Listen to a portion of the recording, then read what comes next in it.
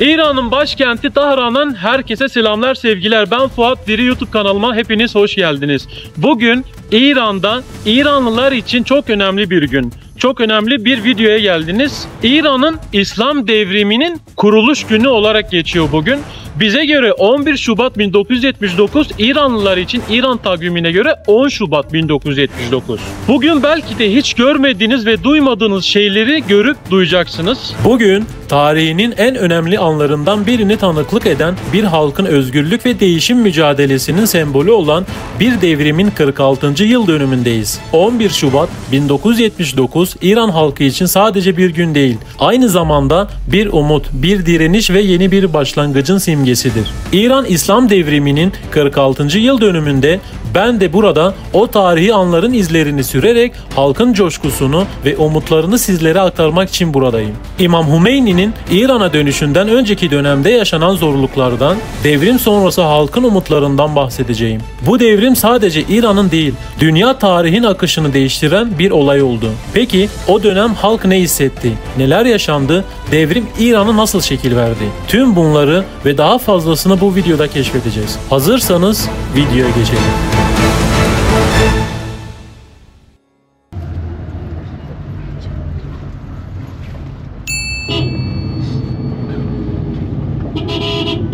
Ülkede bir trafik kaosu var bugün. Evet. Arkadaşlar daha videoya tam başlamadık. Şu an araçla bir yarım saatlik bir yol geldik. Kalabalığın olduğu yere geldik. Şöyle kalabalığı göstereyim işte sizlere. Bakın insanlar her yerden yürüyerek buraya geliyor.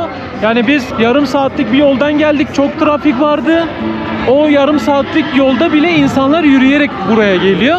Şu anda belediye binasının çatısındayız. Bizi buraya getirdiler. Küçük bir konuşma olacak herhalde veya bir çay içilecek. Ondan sonra yürüyüşe katılacağız. Yürüyüş detaylarını ben sizlere anlatacağım. Önce görüntüler gelecek. Ondan sonra sakin, sessiz bir yerde fırsat bulursam buradaki insanlardan bilgi alacağım.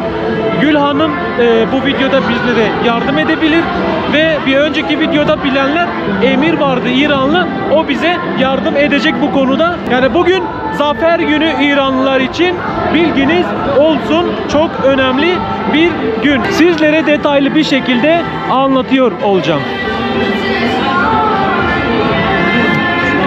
Şu an belediye binasına girerken de şöyle bir kart verdiler bize. Bu giriş kartı oluyormuş.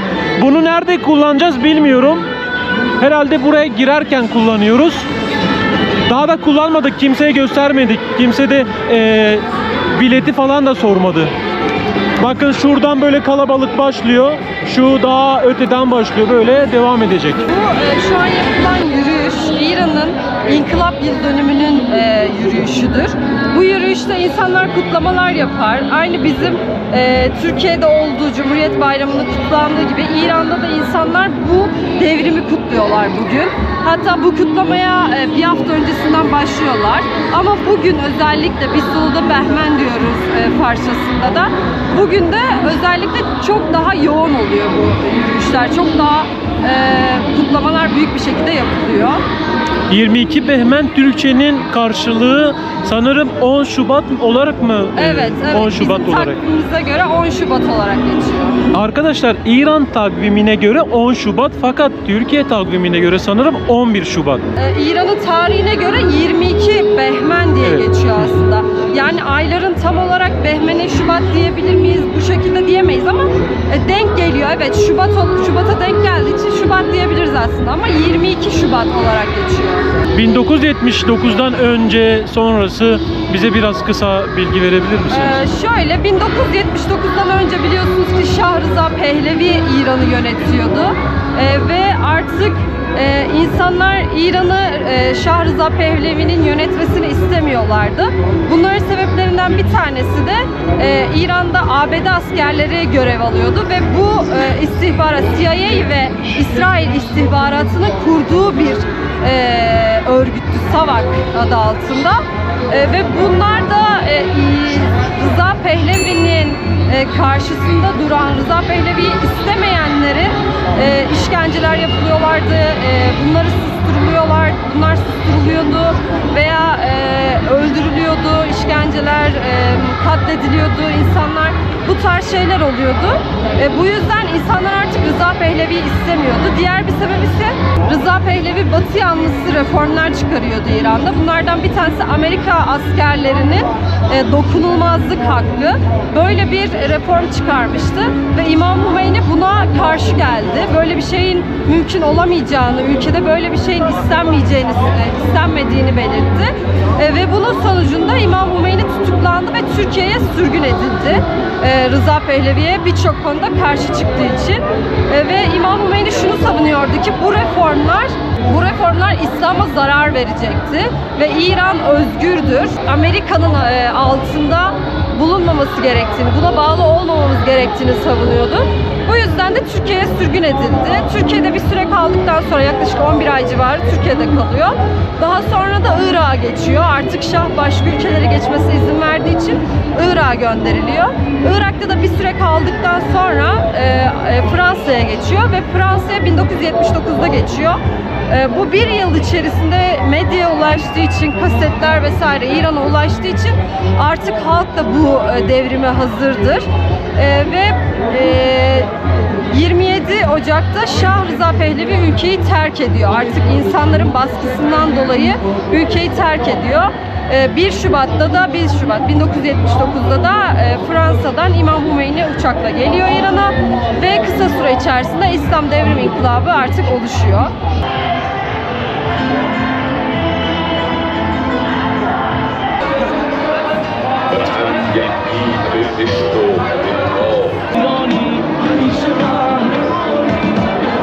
Arkadaşlar yukarıda baya bir oyalandık, yani yaklaşık ne kadar oldu söyleyeyim sizlere.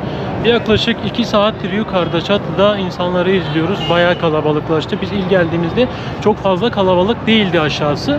Bu arada her ırktan neredeyse, hani Afrika'dan var, Rusya'dan var, Ermenistan'dan var, Türkiye'den gelen var. Bizim dışımızda da, benim dışımda da Türkiye'den gelen çok insan var. Şu anda çıkıyoruz, etkinliğe katılacağız, yürüyüşe katılacağız. 1979'dan önce İran halkı çok işkencelere maruz kaldılar. Hani dedikleri gibi Amerika askerlerine sınırsız yetki verilmişti, dokunulmazlıkları vardı ve biraz zulüm gördüler. O yüzden halk özellikle İmam Hümeyni'nin gelmesini çok istediler ve şu anda 46. yılını, 46 yıl oldu. Şu anda yürüyüşler devam ediyor. Şu karşı taraftan Azadi Meydanı hemen önümüzde. Hani yaklaşık 1 kilometre herhalde diye düşünüyorum. 1 kilometre vardır. Böyle gidenler geri geliyor. Tekrardan başladıkları yere dönüyorlar.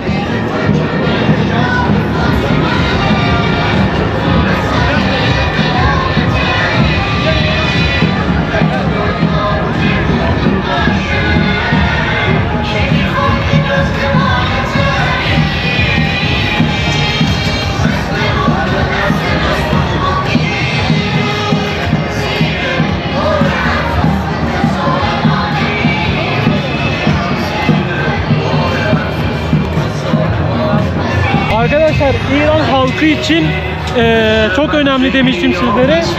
Çoğu kadın, hani gördüğüm kadın ağlıyor, yani gözyaşı döküyor. Bunlar eskiden yaşanan olaylardan kaynaklı. O günleri hatırlayanlar vardır. Özellikle yaşlı kadınlar. Çünkü tam 46 yıl önce zulüm gördüler, işkence gördüler. Bu sebepten dolayı birazcık insanlar duygusallaşıyor. Bu gayet normal. Duygusallaşmaları, gözyaşı dökmeleri çok hassas bir konu bu. Belki de buraya gelen yaşlı kadınlar eşlerini kaybettiler, oğullarını kaybettiler veya dedelerini, babalarını kaybettiler. Io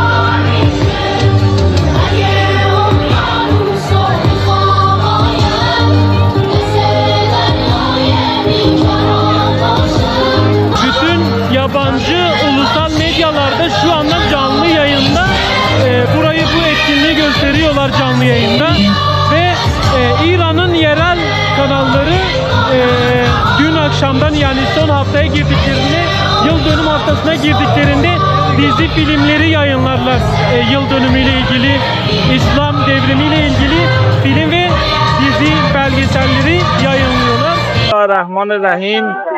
انقلاب اسلامی چند تا خصوصیت منحصر به فرد özelliği var. اول اینکه انقلاب بود که ماهیتش اسلامی بود. Birincisi İslamlı olduğu için. سوم استقلالش وابسته به شرق و غرب نبود. Üçüncüsü yani hiç kimse bunu karışamadı. Ne başka ülkeler buna karışamaz. چهارم بر پایه یک رهبریتی به نام ولایت فقیه امام بود. Dördüncüsü İmam Hümeyni'nin üzerinde olduğu için bu biz işi yaptık. و پنجم انقلابی بود که در زمان خودش در واقع بی‌بدیل‌ترین انقلاب در کوتاه‌ترین zaman پیروز. Ve o ilde çok yani büyük bir mevzuydu. اون چیزی که باعث شد مردم انقلاب کنن مقابله با استبداد شاهنشاهی بود. İran'ın yani İran halkın bu işi yapmanın sebebi İran'ın şahı onlara çok pis davranmasıydı. و امروز بعد از 45 سال ثابت شده این انقلاب آبرجا سر جای خودش هست. Ve biz 46 yıldan sonra söyledik ki bu bizim yaptığımız iş her zaman yerinde ve hiçbir zaman bitmeyecek. عمده‌ترین بخشش هم اینه چون بر پایه مذهب و مردم. En büyük şey de insanlar ve İslam dini olduğu için bu kalıyor. Burada 22 Behmen İran'ın yıl dönemi, çok mağazalar var ve yani her şey burada beleş ve bizim arkadaşlarımız geliyor, burada içecek, yiyecek her şey var. Ve ondan sonra da yiyorlar, içiyorlar, şarkıcılar geliyor, şarkı okuyorlar ve bunlar. Mevlüt tarzında tatlılar dağıtılıyor, yemekler dağıtılıyor. İnsanlar yemeklerden faydalanıyor, yürüyüş yapıyor. Su olsun, içecek olsun, hepsi bugün bedava dağıtılıyor. Hepsi bugün bedava dağıtılıyor, içecekler, yemekler arkadaşlar. Çocuktan tutun büyüye kadar. Şöyle de bir şey söyleyeyim sizlere. Hani bizde 29 Nisan olur ya, çocuklar falan hani gitmeyebilir vesaire, ama buradaki kadınlar, babaları veya anneleri onları götürüyor. Yani daha çocuk 1 yaşında bebek olması hiç önemli değil, götürüyor. Büyüyene kadar sürekli bu etkinlik devam ediyor değil mi? Her yıl bu etkinliğe çocuklarını götürüyorlar. Bismillahirrahmanirrahim. Bunun için insanlar bu işi yaptıktan sonra çok fakirdi ve onlara hiç kimse bakmıyordu. هندی و بنگلادشی تو کشورمون بودن. الان ما بهترین پزشکان رو تو کل کشورمون داریم. Örnek mesela o zamanlarda doktor yoktu ve başka bir ülkeden doktorları getiriyorlardı, ama şu an İran'ın çok iyi ve mühendis doktorları var. الان از کل دنیا برای درمانشون کشورمون مراجعه. Şu an tüm dünyada İran'a geliyorlardı. و اون که به خاطر استفراغ، به خاطر زیر بار نرفتن، به خاطر اینکه فرض مثال مثلا انرژی هسته‌ای قدرتی که دور میگه ما ایشو نباید داشته باشیم، ولی ما زیر بار حضور نمی‌گیریم. O zamanlarda Amerika varken bizim füzelerimiz, savunma sistemlerimiz yoktu. Her şeyi onlardan alıyorduk.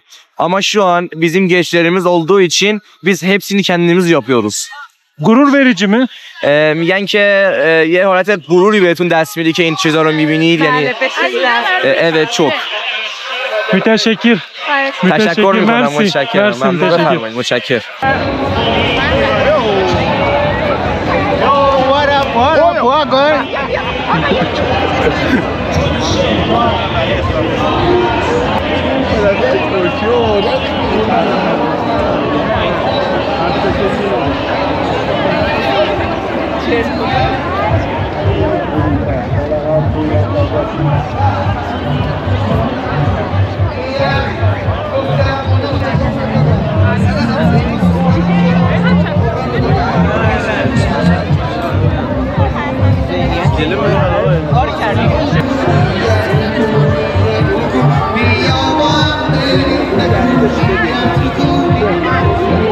Hani arkadaşlar sizlere dedik ya şu anda İran halkının %50'si destekliyor, %50'si desteklemiyor demiştim sizlere.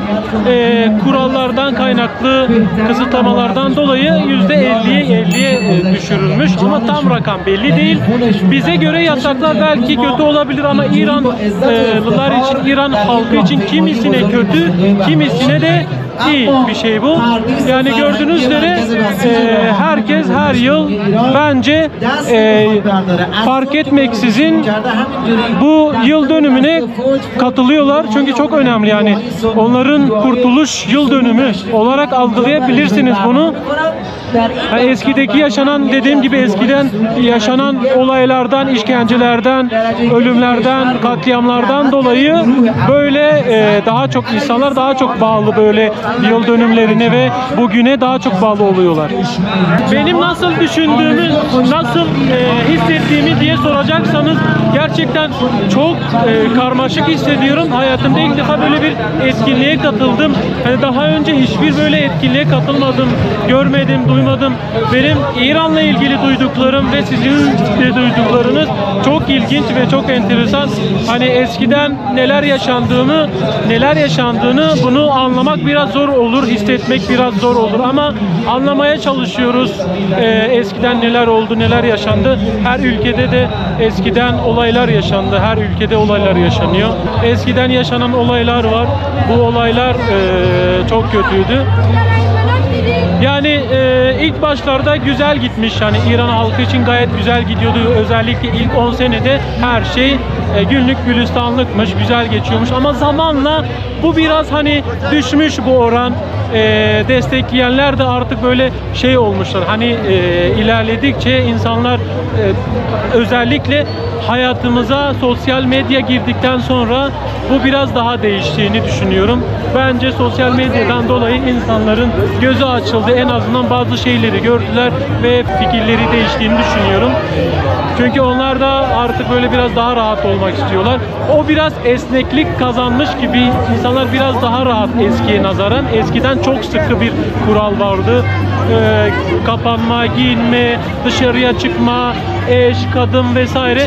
Bunlara çok dikkat ederlerdi. Bunlar çok sıkıydı. Sıkı kurallardı, sıkı yasaklardı ama o şu anda yok. Biraz daha esnekledi. İran halkı bu programa çoluk çocuk demeden, küçük büyük demeden katılıyorlar. Özellikle bu tarz programlara çok önem veriyorlar. Yani çocuklarının da bu kültürde büyümesini, bu hassasiyette büyümesine çok önem veriyorlar. O yüzden burada 1 yaşında bebekleri de görebilirsiniz. Yaşlı teyzelerimizi, amcalarımızı da görebilirsiniz. Bu olay çok değerli bence. Onun dışında bir de mesela çocuk koroları var.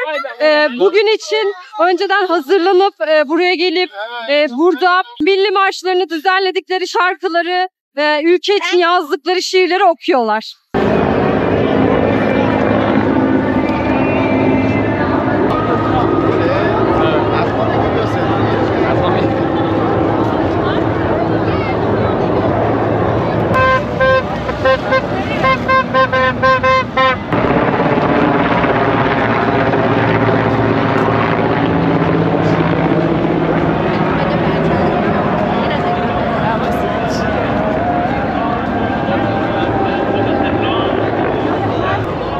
Küçük hanımı.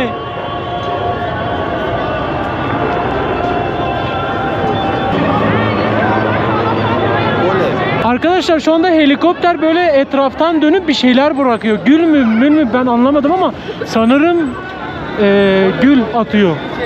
Bakın çiçek atıyor.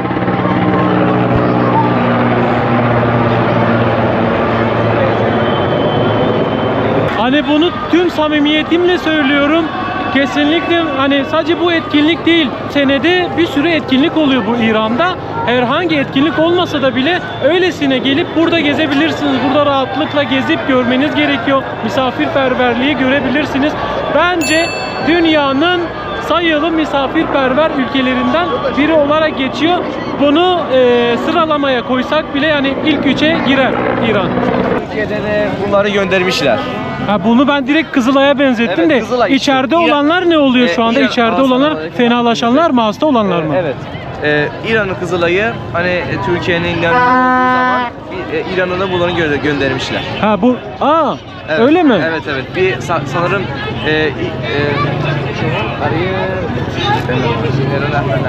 Türkiye mi içen nefret restoranlarına? Ne? Bu bir işler bu. Evet. Yaklaşık 400 kişiyi Türkiye'ye götürmüşler ve yardım için. Bu şu anda ilk yardım olarak. Evet. Hasta var mı içeride? Daxil meriz hastش یا نیستش؟ اینجا مریض نیست، اینجا نمازخونه. Burada namaz kılıyorlar. Ha bu namaz kılma Evet, yeri. evet. Bu böyle. Bu da namaz kılma. Bu da insanların yardımları hani para atıyorlar. Para atma yeri. Evet, Ha. evet, اون اتوبوسه اون کمک‌های محفوظ O var ya. اون در Aha. اون var. Onlar o Ha acil bu durum. bu acil durum ambulansı, yani biri fenalaşınca içeri alıyorlar. Evet. Burada Kızılay'ın yardım. Evet. Yardım şey değil mi? O zaman biz de destekte bulunalım. Abi olur. Yani biz de destekte Dolar mı bulunalım. atacaksın abi? Ha. دستتون درد نکنه. Emekli olacak. Evet, emekli olacak. Yaş kaç? Çen salatını canım. Çan salete? 58. 58. Kaç yaşında emekli oluyorlar? Şoma çen az çen salatı şimdi 58 yaşındaymış. Bir ay sonra emekli olacakmış. از 25 سالگی. 25'ten başlamış işe ve 55'te bitirmesi gerekiyordu ama 3 ilde ilave ettiler bunu. Ha çok çalışması gerekiyor değil mi? 25 yaşından sonra başladığı için, geç başladığı için Evet. biraz uzun sürdü. Normalde kaç yaşında emekli oluyorlar? Mesela 25 yaşında başlarsa 55'te bitiyor. Normal 3 sene gecikmiş o zaman. Evet evet. Bir ay sonra Evet. yak hayv, yak Mah. yak mah. İnşallah. Gelik memnun. سلام. Müteşekkir. Memnun. Hudafız. Hudafız. Hudafız. İran'ın Buraya Kızılay'ı. İran'ın Kızılay'ına yardım edebiliyorsunuz. Burada insanlar yardımda bulunuyor. Genellikle zengin insan veya fakir insan fark etmeksizin. Çünkü işlerinden geliyorsa atıyorlar bir şeyler. Biz de destek olmak istedik. Ben de destek olmak maksadıyla yardımda bulundum. Allah kabul etsin diyelim. Bunu da ben şöyle söyleyeyim, beni takip edenlerin şifasına olsun diliyorum. Eğer hastalarınız varsa şifa bulsunlar tez zamanda inşallah. İlk yardım arabasını gördük. Başka etkinlikler vardı dedik. Başka etkinliklerde şöyle yemek dağıtılan araba var. Ve şöyle de her 50 metrede bir Kızılay var. Ambulans var, ilk yardım var. Her 50 metrede bir tatlı yapılan yer var. Yemek dağıtılan yerler var. Evet. Yok bunlar satıyorlar burada. Bunlar satılıyor değil mi? Evet. Bu bakla. Evet. Bakla. Bunlar hep böyle siz ne diyorsunuz buna? Reçel bunlar. Lavaşek. Lavaşek. Levoşek. Levoşek diyorsunuz Bunlar buna. hepsi bazıları acı oluyor falan filan. Reçel yani bunlar. Bu ne reçeli? Bu nedir? Kodum meyves. Hurma mı? Yok Hurma mı, çilek mi, kayısı mı? çilek. mi? Evet. Vişne, çilek. Çilek vişnesi. Çilek, vişne. Vişne, evet. Ya ama çileğe benziyor. Evet. Evet, çilek.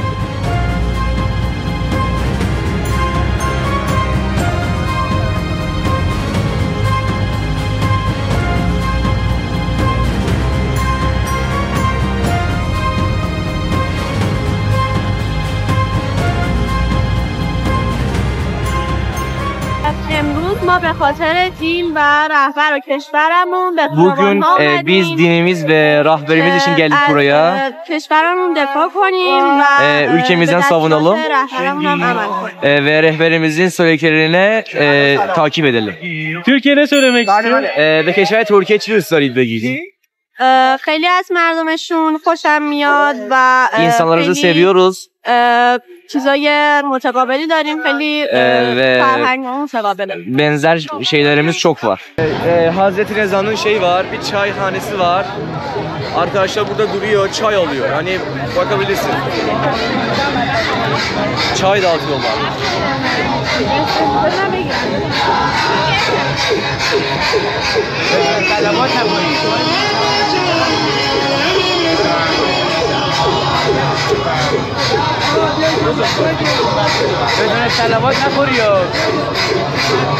Arkamda gördüğünüz çay dağıtılıyor. Evet, çayhane. Çay. Hazreti Reza'nın çayhanesi. Hazreti Reza'nın çayhanesi. Onun süresinde böyle bir şey var. Çay dağıtıyorlar. Bunu da burada yapmayı düşündüler. Böyle insanlar da çay bekliyor böyle. Çaylarını alan yoluna devam ediyor. Soğuk havalarda içlerini ısıtan bir şey. İyi günler abi. Teşekkür ederim. İyi günler. Sağ olasın. Eyvallah.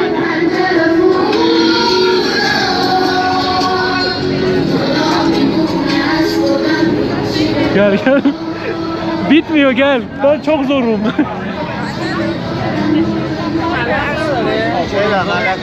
Arkadaşlar burada da maket satılıyor. Satılıyor değil mi bu? Yani satılıyor değil mi? Evet, evet. Bence o. Bunlar da maket yani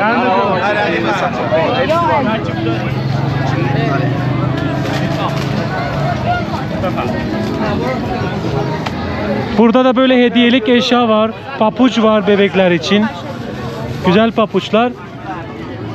Çende Sat tümen 100 TL yani 100 tümen 50 liraya tekabül ediyor arkadaşlar bu tanesi. Bu çensali 2 yaşında. 2 aydan 2 yaşa kullanılıyor. 2 aydan 2 yaşa kullanılabilirmiş bu. Evet arkadaşlar şimdi belediye binasına geri geldik. Belediye binasına geldik. Yemek yiyeceğiz. Yemek kurulmuş. Şöyle yemekhane bölümüne geldik. Dışarıdan yemekler gelmiş. Burada yemek yiyip çıkacağız. Herkes gerçekten çok misafirperver. Şey yapmaya çalışıyorlar. Ben inanın aç değilim. Yani gelmek istemiyordum ama bitmiyor. Biraz erken bitti. Şöyle tersten açıyoruz. Ne varmış? Kebap. Kebap, pilav. Klasik zaten her yemekte pilav olmazsa olmaz. Yanında salatalık ve böyle yoğurt vermişler. Fanta var. Bu İran üretimi arkadaşlar. Bilginiz olsun.